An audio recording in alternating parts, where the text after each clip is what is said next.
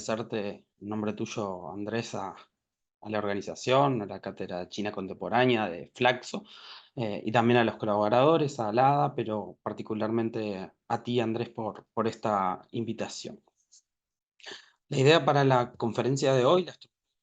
que preparé y me parece relevante para abordar esta temática, tiene tres grandes partes. Primero, entender esto dentro de un contexto en general, dentro de un cuestionamiento del orden internacional y también de un momento de América Latina en una disputa hegemónica entre China y Estados Unidos, para después sí meternos en este tema central del ciclo de conferencias y particularmente de la conferencia que yo voy a dar hoy, es la diplomacia de las cumbres en el marco del foro China-CELAC. Específicamente entender este foro en el marco de una evolución de la política exterior de China hacia la región, pero hacia el mundo también, y entender ciertas generalidades, algunas características del foro China-CELAC, pero particularmente dentro de estos, los subforos de think tanks y del intercambio académico. Entonces, parece relevante abordar esta temática desde estos dos puntos de vista, para luego finalizar, sí, con unas conclusiones en la búsqueda de ciertas reflexiones, en la mirada de una posible construcción de un nuevo orden internacional, de las perspectivas del llamado sur global. Así que esa es un poco la estructura con la cual voy a estar trabajando en el día de hoy.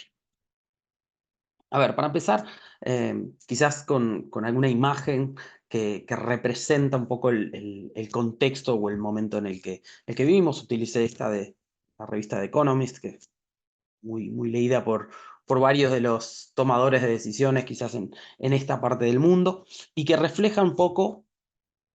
la idea de la existencia de un cuestionamiento al denominado orden internacional liberal, ¿no? Esta idea de un orden caracterizado por instituciones de seguridad vinculantes, por reglas multilaterales, por una hegemonía americana y por una apertura económica, ¿no? Esta idea de que estas características o este orden podría estar en crisis. Una discusión muy amplia sobre este tema que implica repensar principalmente dónde existe este orden internacional, qué nivel de penetración en el mundo tiene, más allá de las regiones de América Latina o de Europa o de América del Norte. Entender que esta posible crisis del orden internacional liberal puede ser desde dentro, ¿no? Y por eso la imagen de la llegada en su momento del poder de Trump en Estados Unidos o del Brexit, ¿no? Y estas dudas que se generaron en ciertas instituciones multilaterales o en estas ideas generales que surgen luego de la Segunda Guerra Mundial como el libre comercio. Sin embargo, también a modo de adelanto de reflexión, tampoco esta estructura de posguerra parecería hasta el momento resquebrajarse, ¿no? Por lo menos dentro del ámbito occidental no hay rival dentro de este ámbito para la hegemonía estadounidense. Por otra parte, para seguir entendiendo este posible cuestionamiento, siempre aparece la imagen de China, ¿no? De hasta qué punto China está cuestionando o no ese orden internacional liberal. Y ahí tomo una definición de Eikenberry, que es quien define esta idea de orden internacional liberal, que menciona de que un orden se quiebra o entra en crisis cuando las reglas y los acuerdos son disputados o cuando las fuerzas que perpetúan el orden no operan más. Y hay que entender entonces que estamos en un momento actual en donde la potencia establecida, Estados Unidos, y en el contexto de sus elecciones también, nos invitan a pensar sobre cuál va a ser el futuro de este orden internacional. Pero también, y ya esto desde hace varias décadas, un momento en el cual presenciamos un desplazamiento del centro económico hacia el Asia-Pacífico, hacia Asia Oriental, que nos invitan, por supuesto, a observar otros actores, obviamente China, pero también otros actores de dicha región. Entonces, ¿cómo ese crecimiento de China y en su momento de algunas otras potencias regionales puede influenciar y moldear la política mundial en un contexto en donde hoy por hoy tenemos varios sucesos internacionales muy desafiantes, como la guerra de Ucrania, como la situación en Gaza, o incluso dentro de América Latina la crisis migratoria de Venezuela? Entonces, como un primer punto para pensar esta diplomacia de cumbres, este foro China-CELAC, hay que entender el momento en el que estamos en términos de nuestro orden internacional, ¿no? Que yo lo planteo como ese cuestionamiento al orden internacional. Un segundo punto que me parece relevante para entender esto es la relación China-América Latina en el marco de los vínculos entre China, o la competencia, podemos llamarle, entre China y Estados Unidos, ¿no? Entonces, la evolución de la relación China-América Latina es clave, y por eso menciono este libro bastante nuevo de Alden y Méndez, que repasa esa relación, y también este es un mapa de un trabajo que hicimos con Francisco Urdines sobre las donaciones de China durante el COVID, que marcan un poco un momento de las relaciones que, como paso a explicar, se encuentran cada vez con un formato cada vez más diverso y más amplio, ¿no? A diferencia de quizás los primeros años del siglo, donde estaban las relaciones muy enfocadas meramente en lo económico, con este gran aumento del comercio que se produce después del 2001, el ingreso de China a la OMC. Esa evolución implicó en las relaciones entre América Latina y China ciertos avances hacia inversiones, por ejemplo, con algún objetivo inicial quizás de extracción de recursos y de energía, pero mucho más amplio a medida que pasaron los años. También la aparición de préstamos en términos preferenciales, en sectores de infraestructura, pero también en otros sectores, y la llegada, como yo dije, de la pandemia y la vinculación, por ejemplo, a través de las donaciones o a través de las vacunas, en donde China adquiere una notoriedad muy relevante para América Latina. Ya la tenía, por supuesto, pero abarca otras áreas. Entonces, hoy por hoy estamos ante esto lo repasaba también Andrés Borqués en otra de estos muy buenos ciclos de conferencias que se están organizando, en el sentido de que las relaciones con China hoy por hoy cubren todas las áreas, ¿no? No solo lo económico, lo comercial, las inversiones, sino también lo tecnológico, lo científico y otros aspectos. Pero hay que entender esta relación de China a América Latina en el marco de este contexto, no solo de cuestionamiento del orden internacional o de este orden internacional en crisis, sino también en esa competencia de China-Estados Unidos. Acá hay dos libros que ejemplifican muy bien esto: el trabajo de Jorge Heine sobre el no lineamiento, pero el trabajo de Li Jin y Badel. Tengo el gusto de poder haber escrito un capítulo en ese libro sobre la rivalidad de China-Estados Unidos y cómo afecta eso en el reordenamiento o en los posicionamientos de los países en América Latina. Entonces, hay que entender que Estados Unidos sigue siendo igual un socio prioritario de la región, que esta competencia ha implicado narrativas de alertas por parte de Estados Unidos sobre inversiones o presiones en distintos países. Y eso ha implicado un desafío para América Latina, sin no quedar entrampado en esta disputa. Por eso han surgido estas iniciativas sobre el no alineamiento activo, pero también la necesidad de identificar esas líneas rojas en las potencias para una vinculación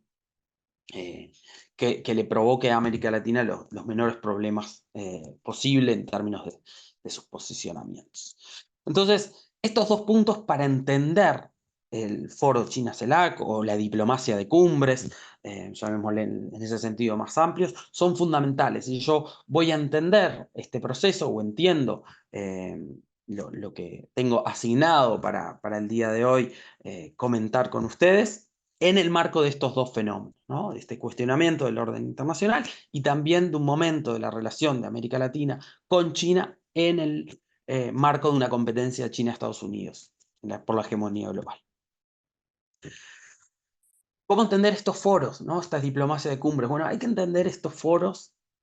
dentro del marco de la política exterior de China, ¿no? Y particularmente, o para comenzar,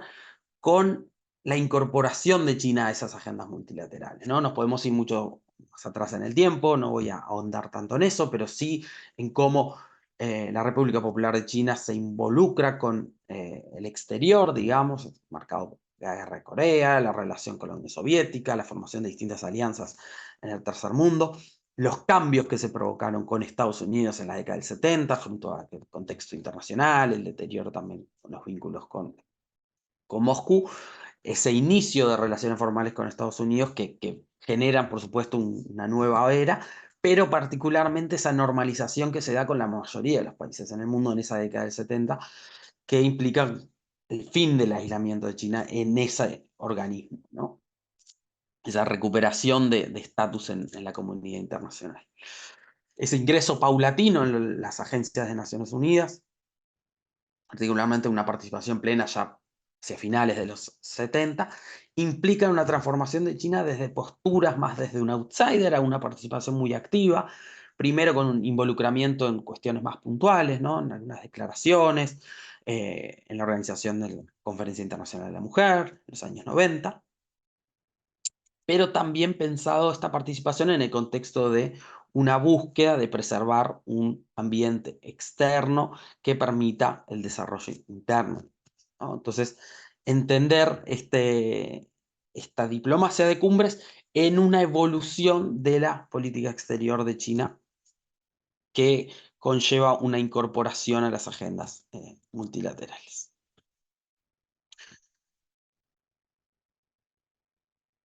Propio de este involucramiento implica también la mayor presión de otros actores hacia China para que se involucren en diversas temáticas. Entonces, China se empieza a involucrar en la temática de Corea del Norte, en la paz en Camboya, en la no proliferación nuclear, en distintas discusiones que hacían al orden internacional en ese sentido. Y también su posible incorporación a la OMC, ya sobre finales de siglo, implicó la necesidad de diversos contactos internacionales para lograr esa admisión que finalmente se termina dando y el siglo XXI emerge, digamos, ya con China plenamente incorporado a los organismos internacionales e incluso con la promoción de ciertas ideas propias sobre cómo debe funcionar ese orden internacional, ¿no? Principalmente la idea del desarrollo pacífico o el mundo armonioso. Y llegamos, y por eso muestro esta imagen, ¿no? A un momento en el cual China está consolidada como potencia, ¿no? En esa evolución de esa política exterior, con un rol más activo y visible de China en el orden internacional, con un reclamo legítimo de mayor espacio en las instituciones internacionales, con un movimiento hacia el centro de la escena y la búsqueda de un multilateralismo basado en los principios que China promueve, ¿no? De respeto mutuo e igualdad de intereses. También con discursos que reflejan un mayor intento de liderazgo en Asia y también la construcción de grandes proyectos de una dimensión enorme, como puede ser el Belt and Road Initiative o incluso como el Banco Asiático de Inversión e Infraestructura. En ese sentido,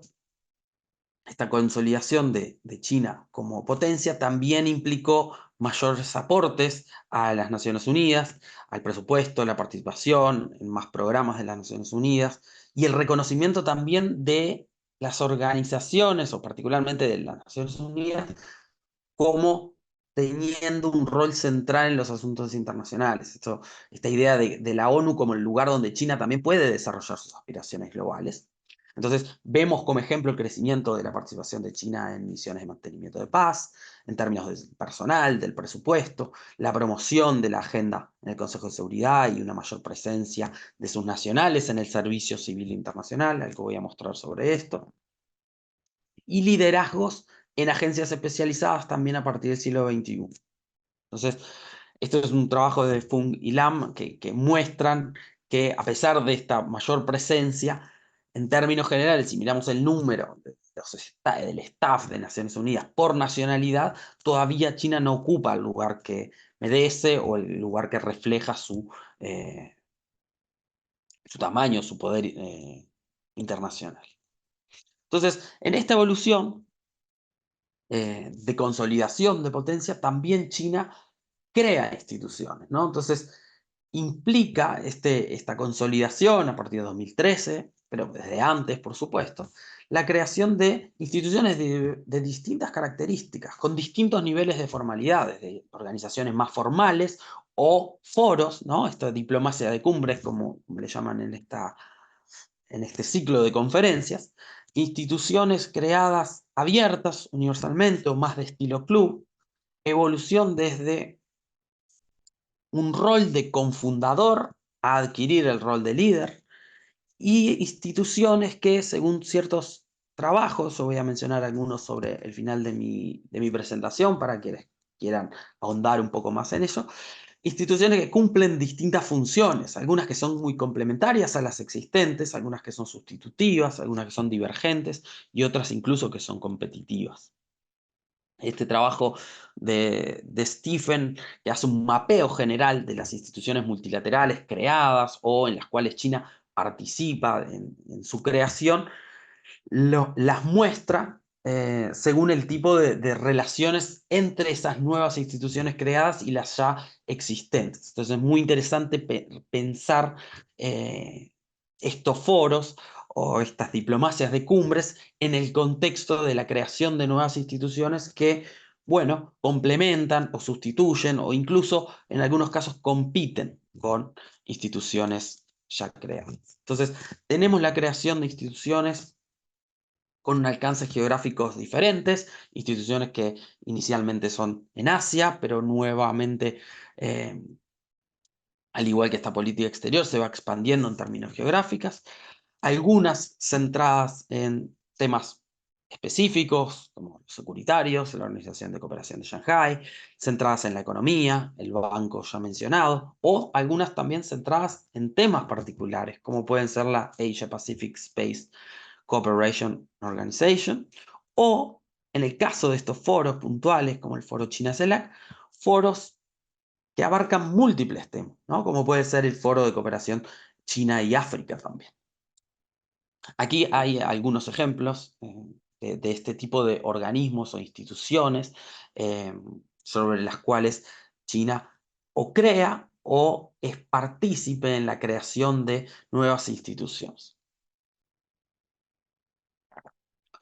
También hay que entender la creación de instituciones, la consolidación de China y la evolución de esa política exterior en el sentido de la vinculación de China con su región y con el mundo. Es decir, la política exterior, luego de Mao, implica acercamientos con distintos actores. Durante la época de Mao también existían, pero de diferente manera. Los vínculos que empieza a establecer China con la ASEAN, la normalización con Vietnam, los lazos con Asia Central, una región marcada por la Unión Soviética, pero en donde hay áreas de cooperación en términos de infraestructura, de luchas contra el terrorismo, también la vinculación con Rusia y el acercamiento, la vinculación con Japón, un socio que fue clave para la modernización de China, y la vinculación posterior, llamémosle, con el resto de las regiones, ya con mayor profundidad en estos términos de vinculación a través de instituciones, ¿no? África, América Latina. Este mapa sobre los viajes o las visitas de los líderes de China refleja un poco eso. Es un mapa interactivo que lo pueden buscar en el Central European Institute of Asian Studies, que es una base de datos que va mostrando cómo a lo largo del tiempo se puede ver esto mismo que yo estaba reflejando, ¿no? De cómo se amplía el alcance geográfico de la vinculación de China y particularmente a través de instituciones, que es lo que nos lleva hoy a conversar. Entonces, dentro de este contexto, primero, de una crisis o una posible crisis del orden internacional liberal o del orden internacional en sí, y de la disputa China-Estados Unidos y la mirada desde América Latina hacia esa disputa, y también entendiendo estos foros en la evolución de la política exterior de China, en la creación de instituciones, en la consolidación de potencia, es que llegamos a este formato de foros con ciertas generalidades, con ciertas características, como el foro China-CELAC, ¿no? Como yo decía, el siglo XXI caracterizado ya China como propulsor de cooperación multilateral con diversas regiones, ¿no? Y eso implicó mecanismos de cooperación no solo con África, que ya lo mencioné, con América Latina, por supuesto, pero también con Europa o con países árabes, con distintas motivaciones también según la región, desde aspectos de seguridad, aspectos económicos, pero con la perspectiva para desarrollar políticas comunes con temas de preocupación mutua, ¿no? También con la ventaja de estos foros de poder canalizar las relaciones entre un grupo o un pool de países, que también le permita reducir costos a China y al resto de los países en este tipo de formato más foro que abarca una región entera. Y también con una estrategia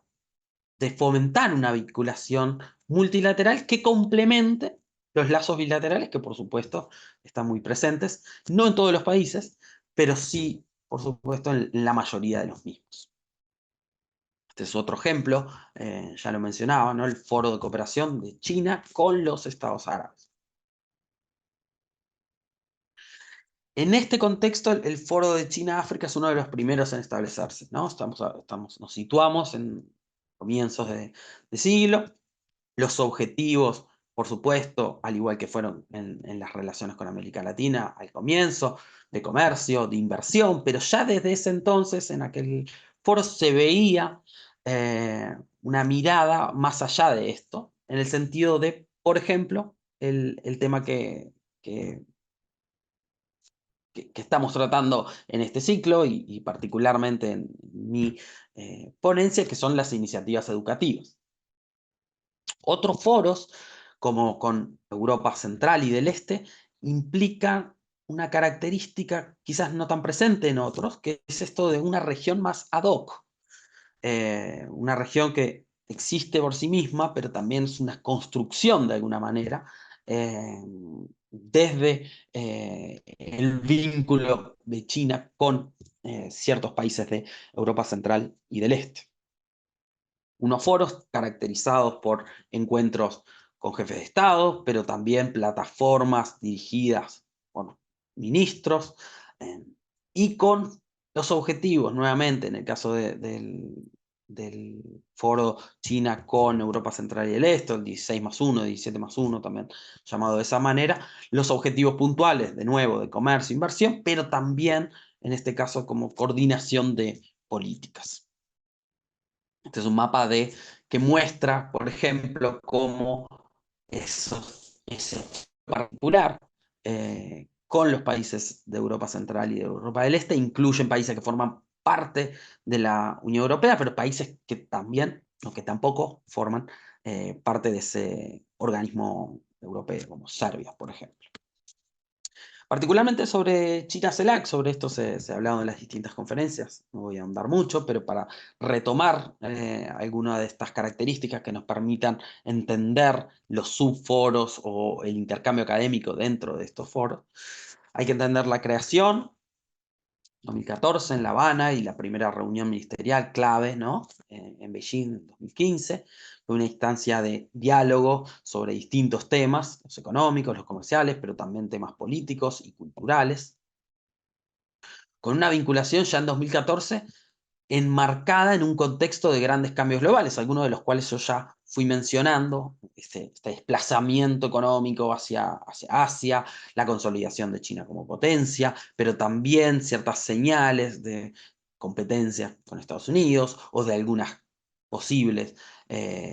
pantallazos de crisis en el orden internacional. El Foro China-CELAC como un proyecto sur-sur, eso es algo que está muy presente en los planes de acción, en los comunicados, en la visión sobre este foro, que implica, en el caso de la vinculación con la CELAC, que no esté la presencia de otros actores relevantes de la región, si lo pensamos como la región más amplia de las Américas, por supuesto de Estados Unidos. Entonces, un foro que permite una búsqueda de fortalecer lazos institucionales, posteriores a unos vínculos económicos ya muy presentes para ese entonces, 2014-2015. También le permite a CELAC, que luchaba contra ese regionalismo que existe en América Latina, este solapamiento de organizaciones. Entonces también para CELAC, en la búsqueda de encontrar su camino en este proceso, le brindaba a este foro, le brinda a este foro, un proceso institucionalizado de cooperación extrarregional, que también existe con otros actores, ¿no? Es importante entender que el Foro China CELAC no es lo único que la CELAC tiene en términos de su cooperación extrarregional, ¿no? Entonces, ese foro también con la Unión Europea forma parte de esta mirada para CELAC de buscar su camino. Particularmente sobre el foro China-CELAC. Bueno, cuando nosotros, los académicos, estudiamos temas de regionalismo o regionalismo comparado, siempre nos hacemos tres grandes preguntas. La primera pregunta es, bueno, ¿por qué surgen la integración regional o los procesos de regionalismo? O en este caso sería, bueno, ¿por qué surge China-CELAC? Eso un poco ya lo fui reflejando, pero también nos preguntamos, bueno, ¿qué diseños tienen y qué efectos tienen? ¿No? Con respecto al diseño, es exactamente el título de este ciclo de conferencias, esta diplomacia de cumbres, estos foros intergubernamentales donde no hay transferencia de autoridad, ¿okay? Donde hay una preferencia por un enfoque más informal, donde el consenso está más presente que resoluciones vinculantes, donde son foros o diplomacia de cumbres muy adaptables a cada región, pero donde siempre están presentes estos principios de acuerdo mutuo e inclusión, con una estructura particular de una reunión de líderes, con declaraciones y con planes de acción, con distintas declaraciones que se han dado a lo largo del tiempo, y con una implementación bajo ciertos principios de flexibilidad y de participación voluntaria. Javier Badel ha escrito mucho sobre el foro China-CELAC, tomo algunos de sus comentarios para esta ponencia, básicamente entender cómo funciona este foro, en el sentido de estas reuniones ministeriales, como los momentos más significativos, y la creación dentro de este foro China-CELAC de distintos subforos que fueron creados en su inicio y en los cuales varias de las conferencias de este ciclo han abordado, ¿no? El foro de ministros de Agricultura, Innovación Científica y Tecnológica, la cumbre empresarial, el foro de intercambio de think tanks, ahora voy a ampliar un poco sobre eso, foro de políticos jóvenes, foro de cooperación e infraestructura, el foro de amistad, el foro de los partidos políticos. Pero no se ha quedado solamente en esos creados en los inicios, ¿no? Han surgido otros subforos propio de esta dinámica de amplitud en los vínculos entre China y América Latina, y eso también ha implicado la presencia de otros actores para poder seguir estrechando lazos entre la región y la potencia. Entonces, tenemos foro de cooperación en tecnología digital, tenemos defensa, tenemos cooperación económica privada, tenemos foro de jefes de universidades, tenemos foros médicos, tenemos cooperación espacial y tenemos también la creación de distintos seminarios en la búsqueda de cooperación en temas súper puntuales, desde jóvenes diplomáticos, propiedad intelectual, asistencia humanitaria o gestión del riesgo de desastres. La presencia de China en los foros CELAC es muy visible, y en ese sentido resta preguntarnos, bueno, ¿qué efectos tienen estos foros, ¿no? Ahí Javier Badel sostiene que tanto el Policy Paper de la República Popular China para América Latina de 2016 como el primer foro brindan ciertos marcos institucionales para ver cómo podemos analizar este foro, la declaración de Beijing en la primera reunión ministerial, los planes de cooperación, el segundo foro ministerial en Chile, ¿no? Muy marcado y muy recordado también por la invitación de China a los países latinoamericanos a participar en este proyecto de gran envergadura, un símbolo de la política exterior de China de los últimos años, que es el Belt and Road Initiative. También un foro que tiene objetivos amplios que muchas veces complejiza evaluar resultados. Y esto es algo que me parece importante reflexionar, que es, bueno, cómo medimos o cómo podemos observar los impactos o los efectos reales del foro China-CELAC, más allá de la vinculación estrecha sobre distintos temas, principalmente porque estos foros implican tanto para China como para los países latinoamericanos metas geopolíticas de mediano y de largo plazo y objetivos que no están escritos en el papel. Pero a grandes rasgos sí podemos hablar de una cooperación un aumento de cooperación en distintas áreas, fruto de muchas de las acciones del Foro China-CELAC, pero también fruto de distintas distintos lazos,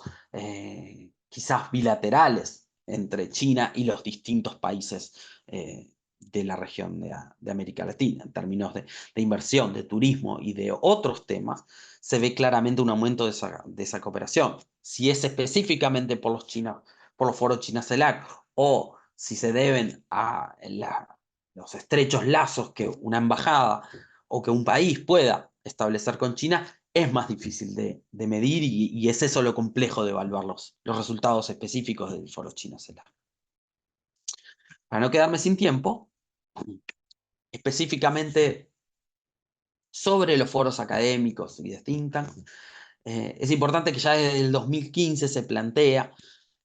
este objetivo de incrementar el intercambio y la cooperación en áreas como la educación, como la formación de recursos humanos y los centros de pensamiento, ¿no? Hay muchos espacios institucionales dentro del Foro China-CELAC que giran sobre estos mismos temas y que apuntan, en cierta medida, a un público objetivo, a un grupo de objetivos similares, jóvenes, líderes, que miren hacia el futuro en el desarrollo de sus países. Hay que entender también que el foro de intercambio de think tank es de creación previa a CELAC, pero que queda dentro de ese marco. Eh, el foro académico de alto nivel también en el marco de la CELAC, y de hecho se da en 2021 una organización conjunta de estos foros, muy similares en el sentido del segundo foro académico de alto nivel y el sexto foro de think tanks. Ahora vamos a marcar también igual algunas diferencias en ese sentido. Esto es un ejemplo de este foro. También la pandemia jugó su rol. Ahora voy a hablar de ello. El plan de acción 2022-2024 en áreas claves de la tercera reunión ministerial en el marco de este foro China-CELAC remarca o especifica los objetivos en el marco de la cooperación en materia social, cultural y pueblo a pueblo. Entonces,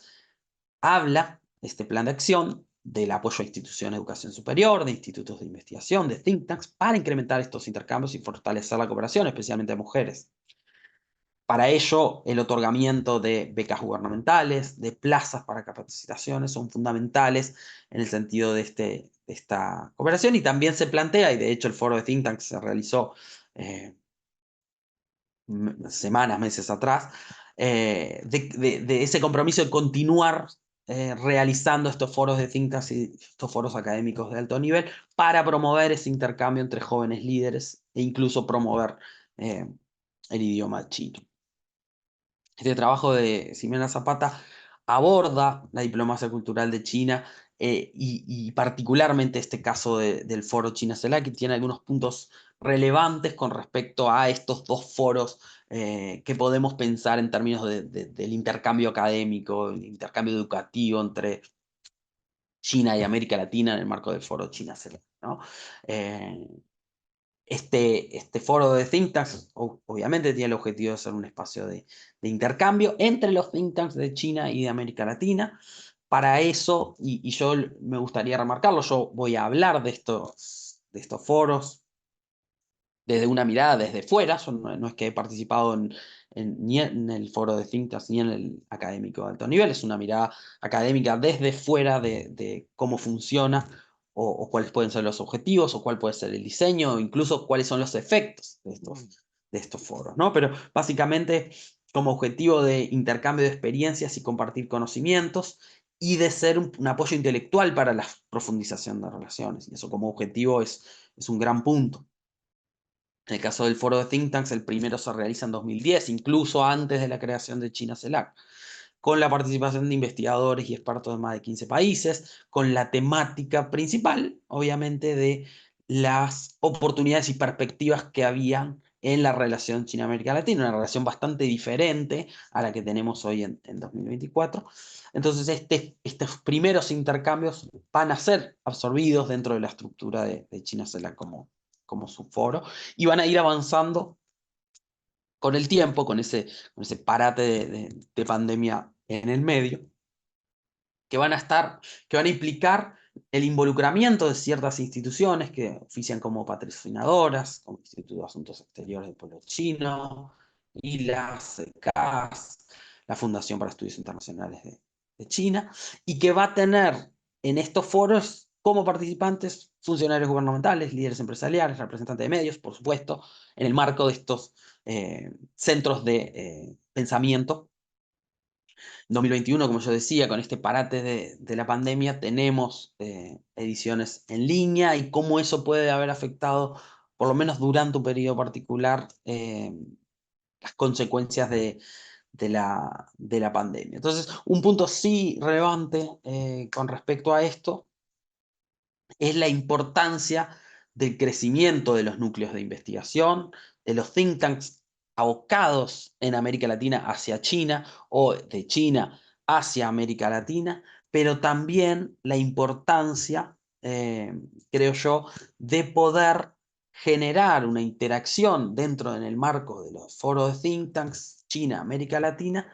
con think tanks que no estén específicamente vinculados a la relación China-América Latina, sino poder abrir el espectro de intercambiar con think tanks que aborden diferentes temáticas en América Latina, en términos políticos, en términos económicos, aborden temas sociales, pero que puedan empezar a tener una sección que aborde la vinculación con China. Entonces, no que sean simplemente organismos que se dediquen a los estudios de China, sino ampliar el espectro y permitir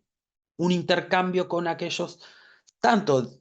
foros, tanto think tanks desde China como de América Latina que aborden distintas temáticas y buscar sinergias en ese sentido para poder buscar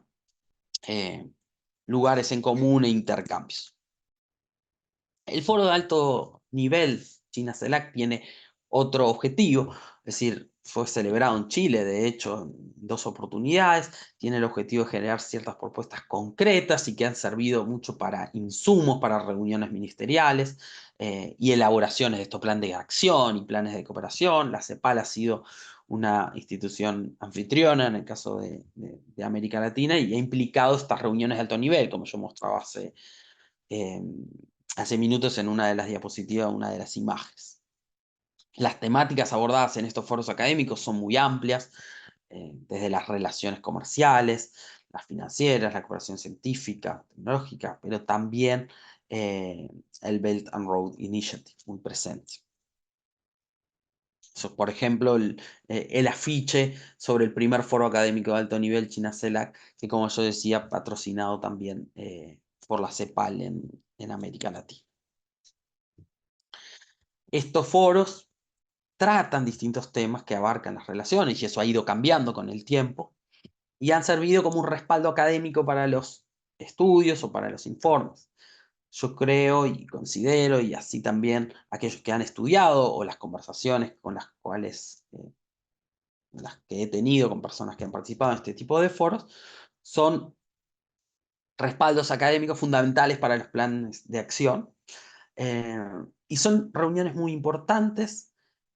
pero es fundamental también darle continuidad a los diversos estudios que se realicen en el sentido de buscar,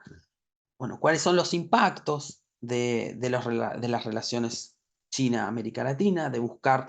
áreas específicas, de poder no solo quedarnos con estos intercambios de alto nivel y de think tanks, sino también pensar en términos de estudios, en términos de análisis puntuales. Yo pongo ahí, Andrés lo mencionaba en la presentación, formo parte de este núcleo milenio ICLAC, como ejemplo de colaboraciones que se pueden realizar por parte de think tanks de China, think tanks de América Latina, pero también de académicos de alto nivel de la región con China, de poder trabajar en conjunto sobre temas particulares que demanden estudios pormenorizados en términos académicos, que puedan producir publicaciones de alto nivel, que se puedan generar seminarios, que se puedan generar conferencias e intercambios como los que promueve también la cátedra de China contemporánea de Flaxo, pero particularmente que se le pueda dar un seguimiento a los estudios de manera sistematizada y de manera rigurosa de estudiar oportunidades, estudiar impactos de la vinculación de China a América Latina con una mirada propia desde América Latina. En este caso me refiero ya como académico que busca entender las relaciones China-América Latina desde una mirada de América Latina. ¿Y por qué me refiero a esto? Por este contexto en el cual menciono al comienzo, ¿no? Y ya para ir cerrando también, retomar algunos de los puntos anteriores que fui mencionando. No debemos olvidarnos que estamos en un contexto de competencia China-Estados Unidos, no debemos olvidarnos que estamos en un contexto de crisis quizás del orden internacional. Entonces, una mirada propia desde América Latina hacia los distintos temas en vinculación con China para ciertos estudios es fundamental. Y también el cuidado de la uniformidad de América Latina. Entender que es una región amplia, con especificidades, con subregiones. Entonces, muchos de los temas que se puedan abordar en un foro académico de alto nivel o un foro de think tanks puede que tengan mucho vínculo con algunas de las regiones de América Latina y no tanto con otras. Entonces, ese estudio más pormenorizado, sistemático, más riguroso, a través de estos foros puede complementar o puede eh, mejorar esta complejidad de la especificidad dentro de América Latina. Entonces, reflexiones. En este contexto de cuestionamiento del orden internacional, en este contexto de competencia, entendiendo los foros o las diplomacias de cumbre en el marco de esta evolución de la política exterior china y la aparición de estos foros o diplomacias de cumbre con distintas partes del mundo, entendiendo el foro de think tanks y de alto nivel como parte de un foro más amplio que abarca diversas temáticas. En ese contexto, me parece clave hacer algunas conclusiones. Principalmente, entender cómo estos foros nos pueden ayudar en la mirada de una construcción de un orden internacional nuevo que se pueda estar formando. Eh, Obviamente existe esta idea de conventional wisdom en la literatura de relaciones internacionales, de China como poder revisionista, ¿no? de suplir a Estados Unidos, pero hay que dar una mirada crítica hacia ese enfoque, una perspectiva menos dicotómica de qué tanto China es revisionista o promueve el statu quo. También entender el involucramiento de China en los distintos desafíos globales y también entender que China reemerge como potencia, reemerge, en un sistema de reglas que no crea, ¿no? Y que busca involucrarse en una distribución de organizaciones y normas que favorecen a los poderes existentes. Entonces hay un reclamo de un mayor lugar en las instituciones internacionales y por eso también esta idea de la creación de ciertas instituciones en un contexto de competencia intensa con Estados Unidos, pero también de interdependencia, y en una mirada de estos foros con China ya incorporada en decenas de organizaciones y de acuerdos multilaterales, con una mirada particular, ¿no? De esta perspectiva sur-sur, ¿no? Que es compleja, obviamente con esta identidad ambigua, dice Cooper, entre un rising power y un campeón de la solidaridad con el Global South, que implica un alineamiento en muchos temas, como de soberanía y de influencia externa, pero que también implica como un rising power, o como una potencia ya establecida, que tenga capacidades estructurales muy diferentes a muchos países en desarrollo, particularmente en América Latina, pero que esta mirada sur-sur está muy presente, ¿no? De esa priorización del sur global a partir del 2009, con esta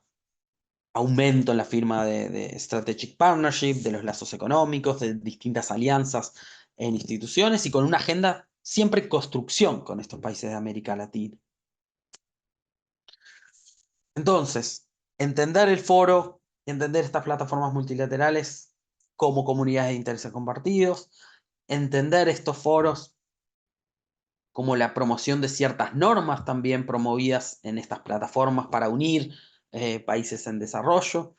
que generan un aumento de las experiencias compartidas sobre distintas temáticas, con ejemplos en ciertas áreas, China como ejemplo en distintas áreas, pero también la dificultad para exportar desde América Latina un modelo y por las asimetrías existentes. Y una cooperación principalmente basada en esa agenda 2030 muy presente en los... Con esta foto me despido con unas reflexiones finales de entender un contexto, la importancia de entender estas diplomacias de cumbres en un contexto internacional, de entender también de la política exterior de China, brindando espacio para vincularse con otras regiones, un foro China-CELAC como ejemplo de esa vinculación con regiones y los subforos como ejemplos de esos intercambios a nivel académico. El entendimiento de que más allá de los esfuerzos bilaterales, la permanencia de la bilateralidad es fundamental y también entender la importancia de, con eso me gustaría cerrar, del intercambio académico en ese marco de una agenda diversificada. Me quedan muchas preguntas pendientes, seguramente pueda responder algunas de las preguntas del público, pero también yo me quedo con preguntas pendientes para invitarlos a ustedes a reflexionar sobre estos temas. Vinculadas al contexto, qué tanto China es un desafío para ese orden internacional liberal y qué rol juega América Latina en la posible construcción de un nuevo orden, hasta qué punto China es un aliado para construir ese orden internacional más justo, cómo podemos cooperar con China en materia multilateral y si es el foro China-CELAC el lugar indicado, puede que sí, seguramente sí. ¿Y qué efectos pueden tener estos subforos o los intercambios académicos en el marco de estos subforos con los centros de pensamiento y qué resultados concretos puede generar en la vinculación con China? Sobre esas preguntas podemos conversar en el espacio de preguntas, pero les agradezco, muchas gracias. Ahí está mi mail por cualquier duda o consulta, por alguna crítica que quieran hacer a la presentación. Son muy bienvenidas. Estoy abierto a seguir conversando sobre estos temas, seguir aprendiendo también con el intercambio de colegas. Y ahí también dejo algunos